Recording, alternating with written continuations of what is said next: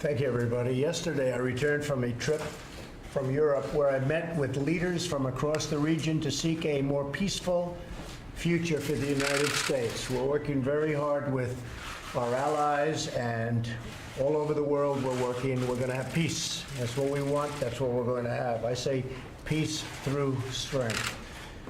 I have helped the NATO alliance greatly by increasing defense contributions from our NATO allies by over $44 billion, and Secretary Stoltenberg was fantastic. As you know, he reported that they've never had an increase like this in their history, and NATO was actually going down as opposed to going up. And I increased it by my meeting last year, $44 billion, and this year it'll be hundreds of billions of dollars over the coming years. And I think there's great unity with NATO. There's a lot of very positive things happening. There's a great spirit that we didn't have before, and there's a lot of money that they're putting up. They weren't paying their bills on time, and now they're doing that. And I want to just say thank you very much to Secretary Stoltenberg. He really has been terrific. So we had a tremendous success.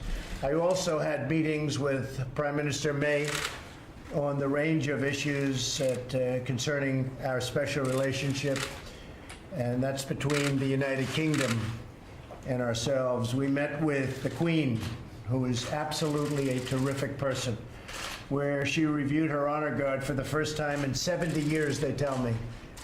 We walked in front of the honor guard, and that was very inspiring to see and be with her. And I think the relationship, I can truly say, is a good one. But she was very, very inspiring indeed. Most recently, I returned from Helsinki, Finland, and I was going to give a news conference over the next couple of days about the tremendous success, because as successful as NATO was, I think this was our most successful visit.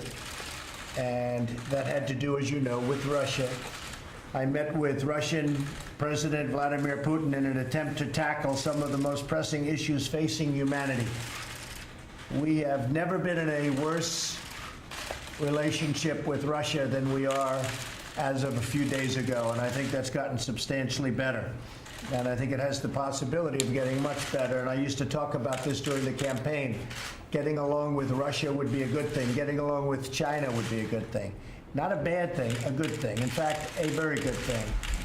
We're nuclear powers, great nuclear powers. Russia and us have 90% of the nuclear weapons. So I've always felt getting along is a positive thing, and not just for that reason.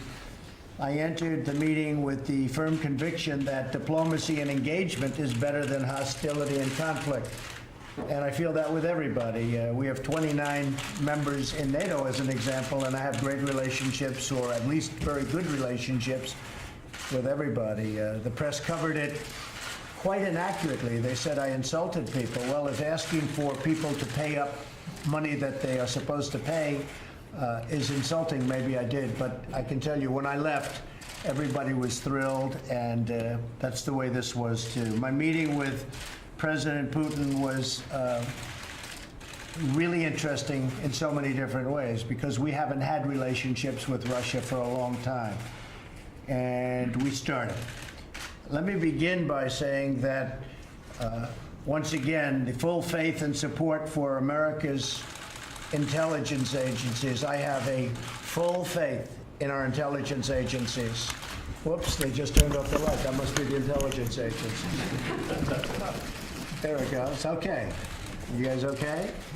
Good. That was strange, but that's okay.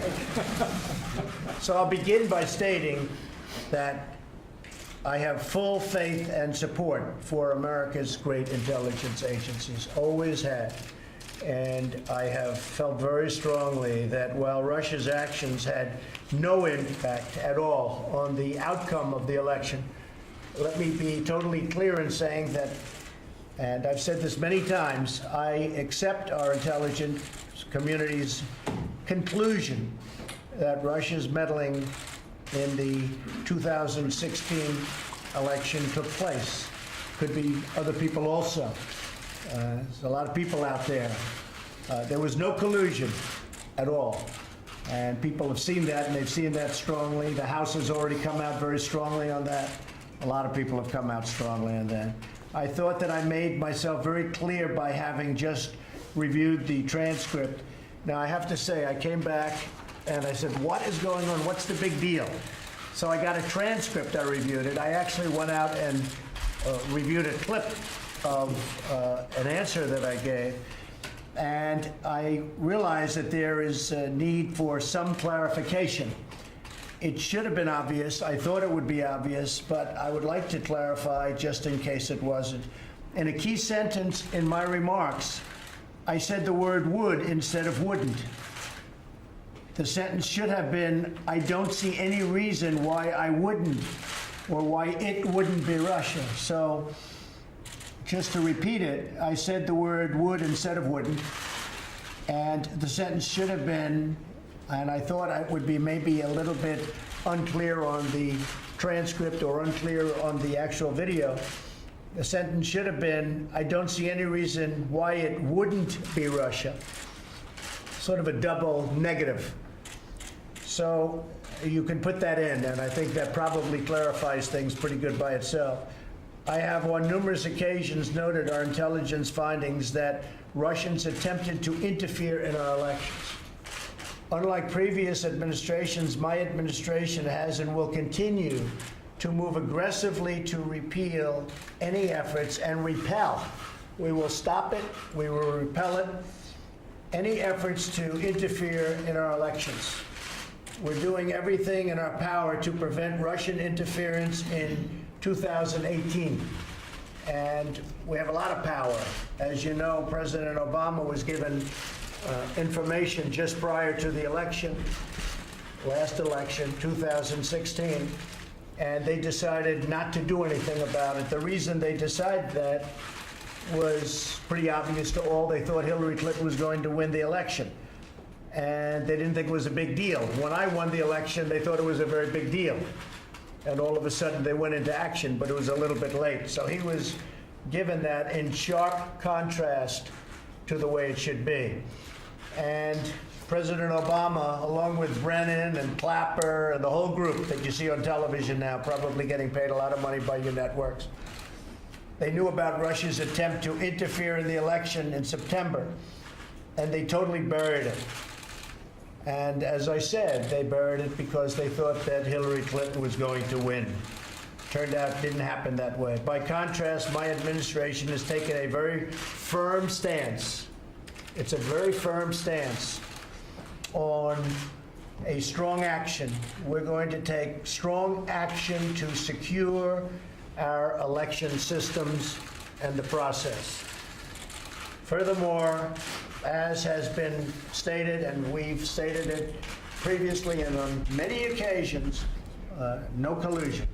Yesterday, we made significant progress toward addressing some of the worst conflicts on Earth. So when I met with President Putin for about 2.5 hours, we talked about numerous things.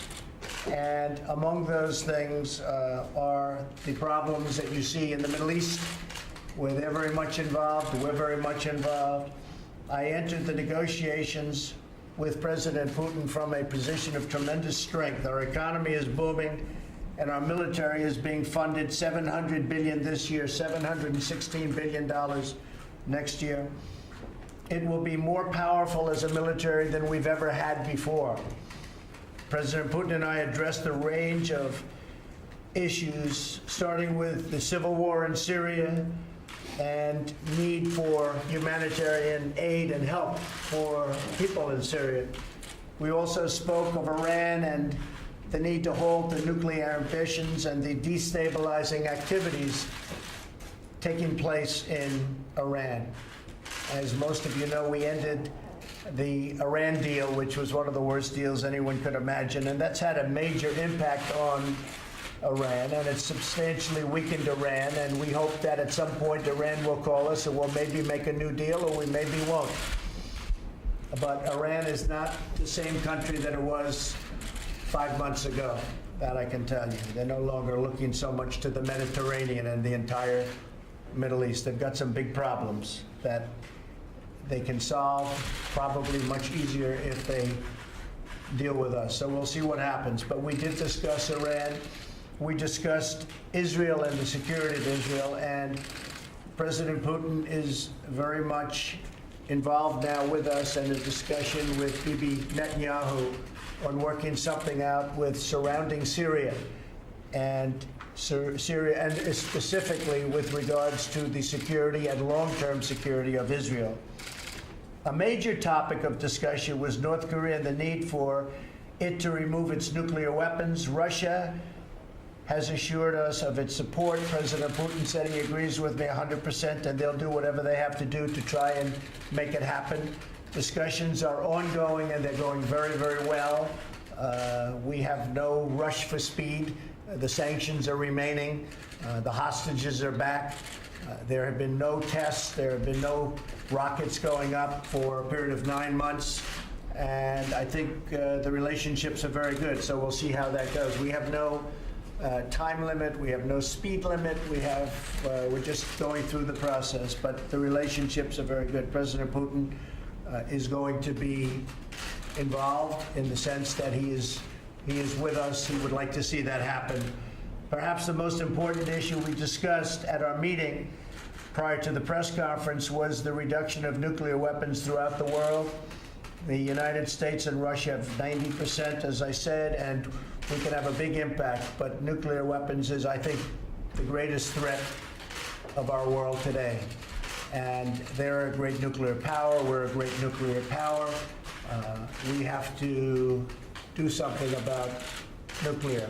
And so that was a matter that we discussed actually in great detail, and President Putin agrees with me. The matters we discussed are profound in their importance and have the potential to save millions of lives. I understand the many disagreements between our countries, but I also understand that dialogue and when you think about it, dialogue with Russia or dialogue with other countries, but dialogue with Russia in this case, where we've had such poor relationships for so many years, dialogue is a very important thing, and it's a very good thing.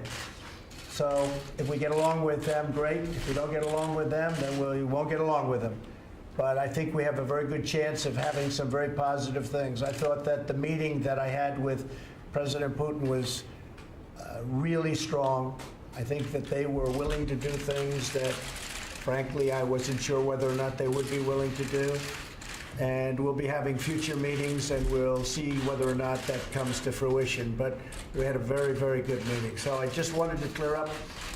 I have the strongest respect for our intelligence agencies headed by my people. We have great people, whether it's Gina, Dan Coates, or any of them. I mean, we have tremendous people, tremendous talent within the agencies. I think they're being guided properly, and we all want the same thing. We want success for our country. So with that, we're going to start a meeting now on tax reductions. We're going to be putting in a bill. Kevin Brady is with us, and I might ask Kevin just to say a couple of words about that, and then we'll get back onto a private meeting. But Kevin, could you maybe give just a brief discussion about what we'll be talking about? Yes, sir, Mr. President. Thank you for having members of the Ways and Means Committee here today. You know, peace through strength is foreign policy that works, and it works best when America has a strong economy and a strong military. Under your leadership, House and Senate Republicans are delivering on both of them. Today is about how we can strengthen America's economy even more, and we think the best place to start is with America's middle-class families and our small businesses. So today we're here to talk to you about making permanent this tax relief.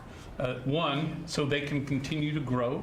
Two, so we can add 1.5 million new jobs. And three, we can protect them against a future Washington trying to steal back those hard-earned dollars that you and Republican Congress has given them. So thank you very much for having us here today. And the time of submittal, what would you think that would be, Kevin? So we anticipate the House voting on this in September, and the Senate setting a timetable as well. Good. Well, that's great. Yes, sir. Thank you very much, everybody. Mr. President, we publicly condemn Vladimir Putin. Mr. President, we publicly condemn Vladimir Putin. President.